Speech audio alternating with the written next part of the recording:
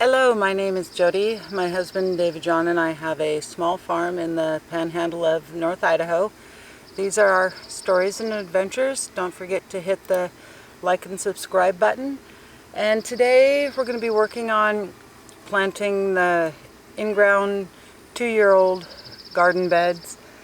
Probably will only wind up before the sun gets too hot, about half the bed's planted, but let's see how far I can get. But out here in the 2-year-old garden, went through the other day, got everything sorted and put into place. Some of it looks a little rough because a week and a half ago it got down to like 25 degrees. Didn't completely kill the stuff that was left out, but it did knock it back. It's like this poor guy here, all these leaves suffered from cold damage, so I'm going to have to go through and prune them off. But as you see in the center, it's got new growth coming on, so I'm going to work on that, trying to chase the, or stay in the shade as I'm doing this, because we've had a really hot week. It's been mid to high 90s for the last 5 days.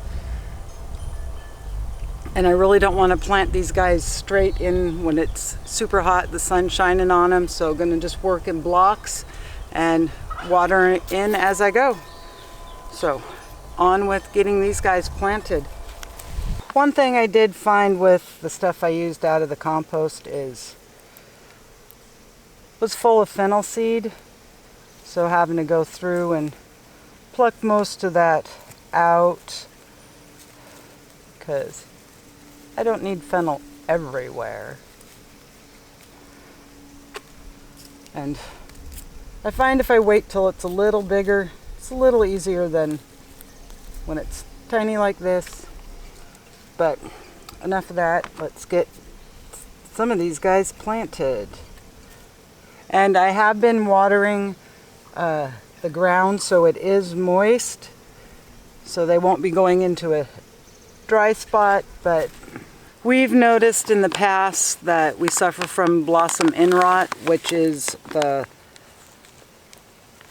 lack of phosphorus in our soil. So I do add bone meal.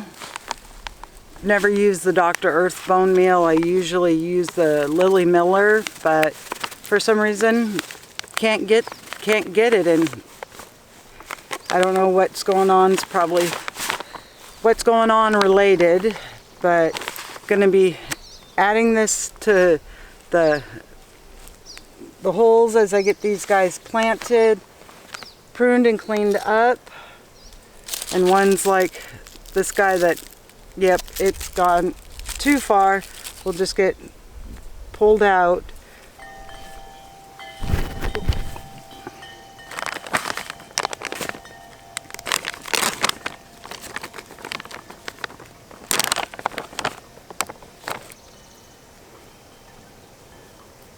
And I'm just making the hole. I'm just gonna add probably about a tablespoon in there. Mix in with there, a little more down below.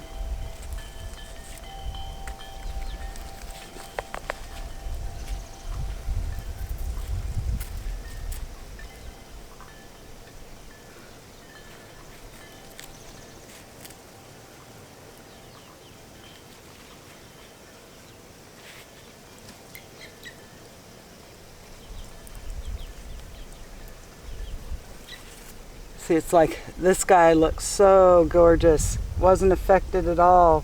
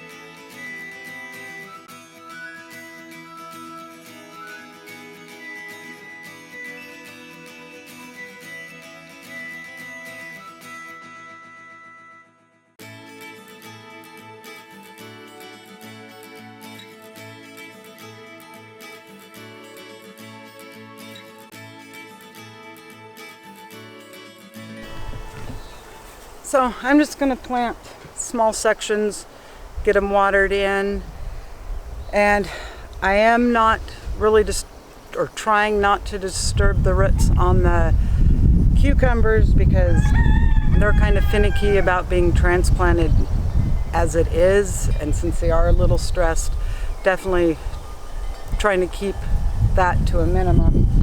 But get this bed done and I'll be back with you guys here in a couple minutes to show you what the rest of it looks like. Well, that gets this bed and this bed planted.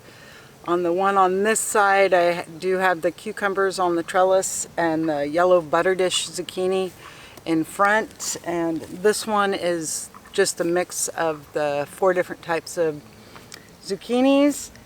So now I'm gonna try to beat the sun and see how far I can get on the other ones.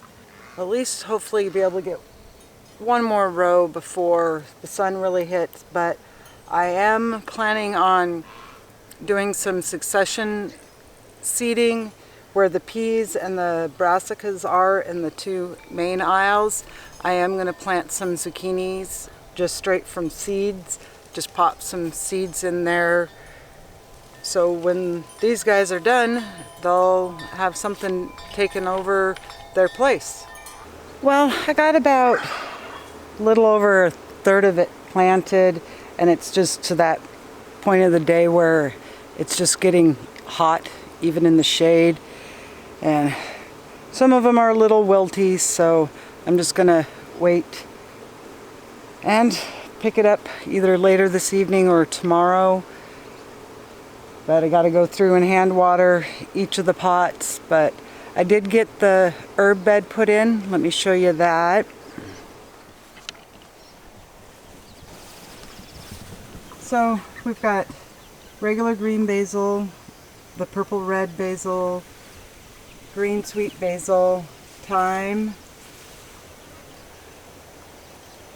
Thai basil, and then down in there I've got my little baby rosemaries that looking pretty good, and then more red basil that it's struggling on a little, but most of it should pop out. And part of the reason why I'm planting everything heavily is in case stuff does die back, I don't lose all of it. But planting it heavy like that, knowing my luck, everything will continue to grow. But over here in the corn and sunflower bed, got my corn popping up, and look at all of that fennel. And I do have a volunteer dill, and then my sunflowers in the back and in that far corner.